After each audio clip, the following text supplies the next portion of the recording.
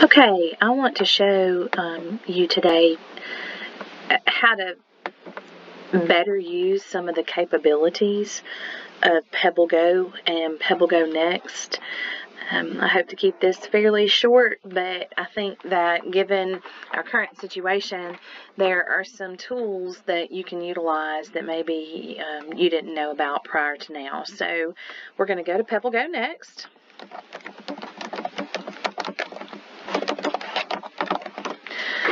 And, of course, we sign in with our credentials, Mem Park and school.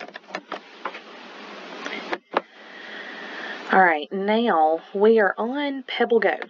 And PebbleGo is designed for kindergarten through second grade. And that's why we purchased the PebbleGo Next subscription, because it's geared more third through fifth grade. However, if you have students who are below grade level in reading and they're in third grade, they may need to, stick with PebbleGo. One thing I want to make all of you aware of is that in animals and science, there are 2 nonfiction books attached to every single article. Some of these books are going to be super simple. Some of them are going to be fairly on grade level for students because, of course, when we're reading nonfiction, the students would drop down 1 grade level from where they are on their ZPD. Fish. Amphibians. So let's just take a look at frogs. That's just the first one that popped up. So over here, we're on PebbleGo, not PebbleGo Next. We're on a science article. We have a purple Read More tab. If we click on that tab, you have 2 articles, but the cool thing is you have 2 books, A Frog's Life Cycle and What is in a Pond. The neat part is that just like in the PebbleGo with articles, the books will read along with the students. So regardless of what grade, second or third grade, students can get onto PebbleGo, go to science or to animals, and they can pull up books to read. They're going to be nonfiction, but nonfiction, that's an important genre for them to immerse themselves in. So I'm just going to play A Frog's Life Cycle by Mary R. Dunn. And then we can scroll over and you see this pops up, the play button pops up. Eggs in the pond. Many kinds of frogs live around the world. Frogs are amphibians. They can live in water and on land. All frogs have the same life cycle. Eggs in the pond. Oops. So you can see that students do have access to numerous books. I mean, if you look at all of the articles Animals. that are available in PebbleGo in both animals and science, you have lots of classifications here. And Mammal. You have Wetland pride bear. all sorts of categories. They can pursue any area of their interest, or they can pursue, a lesson if you have a particular topic that students are studying right now. For instance, let's go back to science.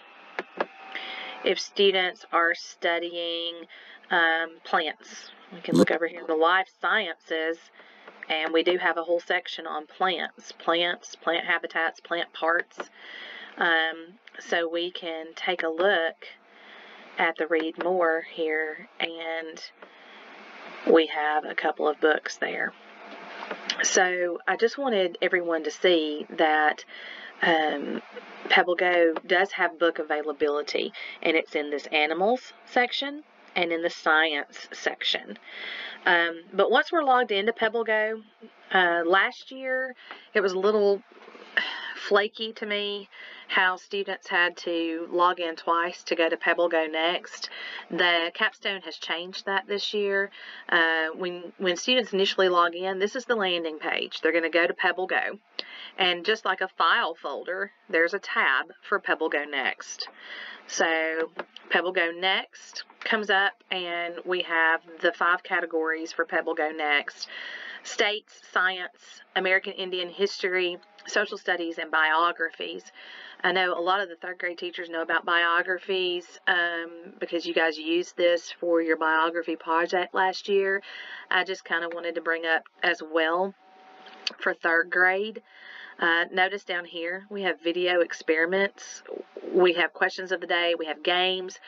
All these are educational games. The game is tailored to the section that a student is in. So if a student's in science, then the games are going to relate to science. If the student is in biographies, it's going to relate to biographies. Social studies, social studies. That's kind of how all that works. But if we go over here, let's go to life science, and let's go to life in an ecosystem. We have an entire section on biomes. I know that that is also an important component in third grade, and so there's really good article research here on PebbleGo for biomes.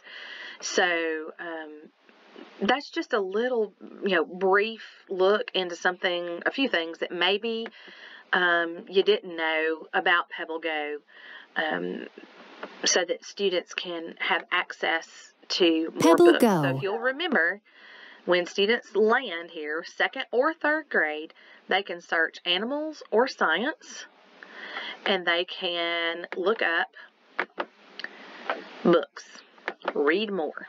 And there are our books. Some of the books will have AR quizzes. Some of the books will not. Of course, we don't have as much control here over the level of book, but I can tell you that given the fact that these books are in PebbleGo, the K2, then most of these nonfiction books are probably going to be what we would consider red dot. Maybe some yellow dots, but most of them are going to be red dot if there are AR quizzes on them. But it's still additional book resources for students to read in conjunction with their assignments or just driven by their own curiosity. But I just wanted to let you know that those are available to everyone. If you have any questions, don't hesitate to come by and see me or shoot me an email.